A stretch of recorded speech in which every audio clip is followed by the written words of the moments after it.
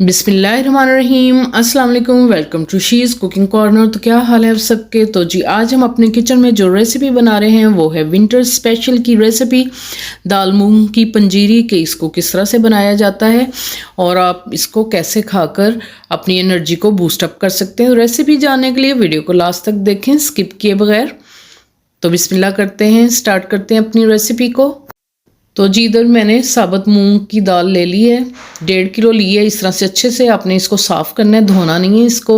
तिनके पत्थर वगैरह जो हैं वो आपने निकाल लेने हैं और इस तरह से बहुत अच्छे से आपने इसको साफ़ करना है और एक पॉट में डालेंगे। पहले 1 मिनट आपने हाई फ्लेम पे इसको गर्म कर लेना है और फिर बिल्कुल स्लो फ्लेम पे, दम वाली फ्लेम पे आपने इसको, जैसे इसका कलर चेंज हो जाए तो आपने इसको फ्राई करना है, ड्राई रोस्ट करना है। इसको क्रिस्पी हो जाएगी तो हल्की आंच पे बिल्कुल आपने इसको करना है। तो हम इसको इस तरह से एक दाना उठाएंगे इसके अंदर से और खा के देखेंगे कि ये क्रिस्पी हो गई है।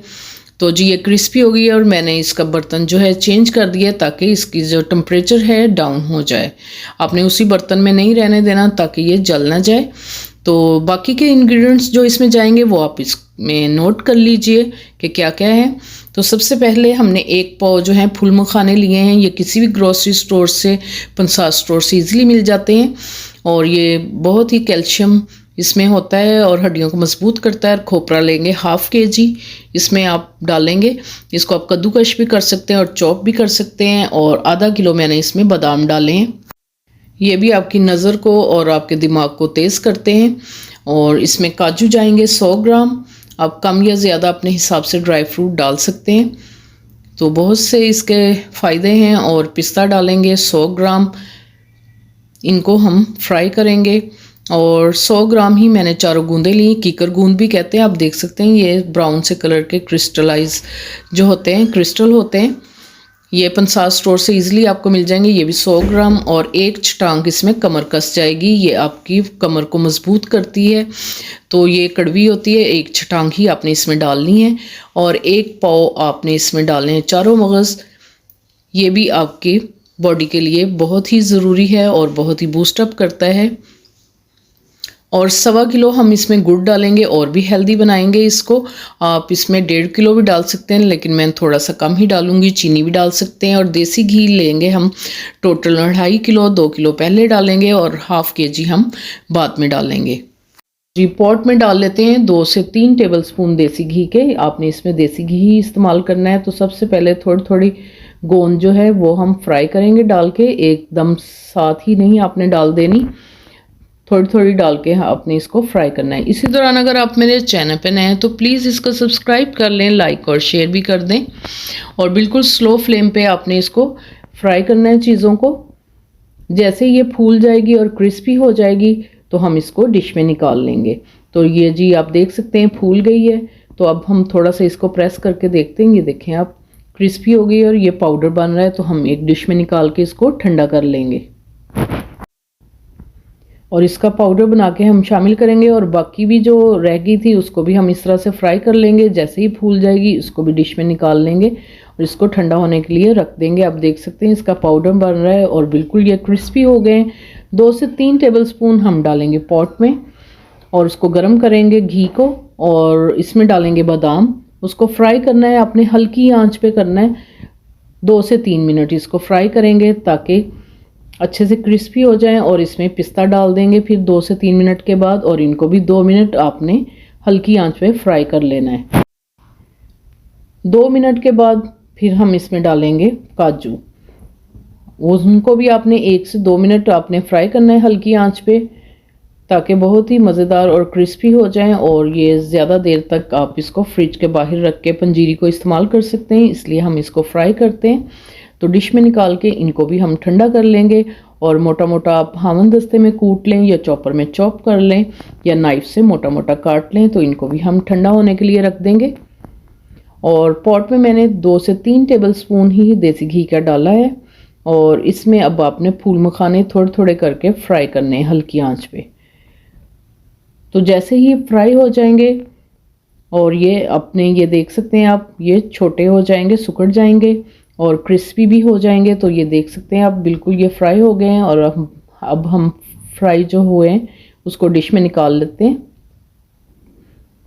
और ये क्रिस्पी भी हो गए हैं। तो इनको भी हम इस तरह से प्रेस करके देखेंगे। ये देख सकते हैं आप, इसका भी पाउडर बन रहा है। तो ये बहुत अच्छे से फ्राई हो गए हैं और सिकुड़ गए हैं। तो इसी तरह से तमाम जो हैं मैं रेडी कर लूँगी फ्राई करके और निकाल लूँगी डिश में, और इसको भी ठंडा होने के लिए रख देंगे। इसका भी आपने पाउडर बना के शामिल करना है। 2 से 3 टेबलस्पून देसी घी के डालेंगे और इसमें डालेंगे चारों मगज़। उसको भी आपने हल्की आंच पे इस तरह से फ्राई करना है, जलाने बिल्कुल नहीं है आपने, और अच्छा सा आपने इसको रोस्ट कर लेना है।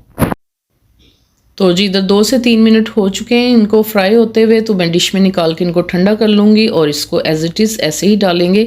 इसको आपने बिल्कुल भी पाउडर नहीं बनाना, और गुड़ जो लिया था उसको मोटा मोटा कूट के बर्तन में शामिल करेंगे और 2 से 3 टेबलस्पून सिर्फ इसमें पानी के डालेंगे हम, और हल्की आंच पे आपने जैसे ही ये मेल्ट हो जाएगा गुड़, तो एक साइड पे ठंडा होने के लिए हम रख देंगे। आप इसकी जगह चीनी भी डाल सकते हैं, लेकिन ये हेल्दी है तो इसलिए मैंने इसमें गुड़ शामिल किया है। तो आप बराबर का भी गुड़ डाल सकते हैं। और ये खोपरा मैंने इस तरह नाइफ़ से काट लिया बारीक बारीक, फिर मैं इसको चॉप कर लूँगी, और ये मैंने चॉपर में डाल के चॉप कर लिया है। आप कद्दूकश भी कर सकते हैं खोपरे को। तो जी ये इस तरह से एक साइड पे रख लूँगी रेडी करके। और बादाम, काजू और पिस्ता मैंने मोटा मोटा कूट लिया है। इस तरह से आपने कूट लेना है उनको, और चारों मगज़ हम साबुत ही शामिल करेंगे। तो मूंगी की दाल भी हमारी ठंडी हो चुकी है। तो इस तरह से हम इसको जो है ग्राइंड कर लेंगे। इसमें ग्राइंड करके आपने इस तरह छलनी से छान लेना है इसको। जो मोटा मोटा रह जाएगा उसको दोबारा से आपने इस तरह से मशीन में डालना है, और दोबारा से आपने इसको अच्छा सा पीस के इसका आटा बना लें आप।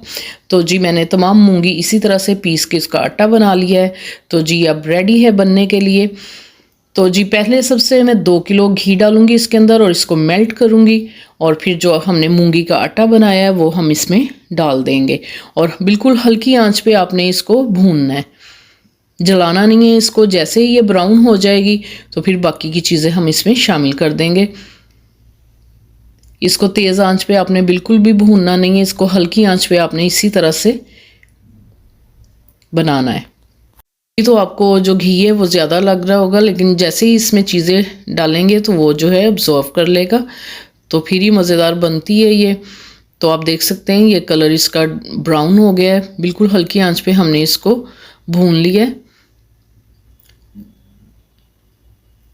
और फ्लेम ऑफ करके आपने वो जो गुड़ हमने मेल्ट किया था वो इसमें डाल देना है, और अच्छे से मिक्स करना है इसको। और बाकी के ड्राई फ्रूट्स जो मोटे मोटे कूटे थे वो डालने हैं इसके अंदर।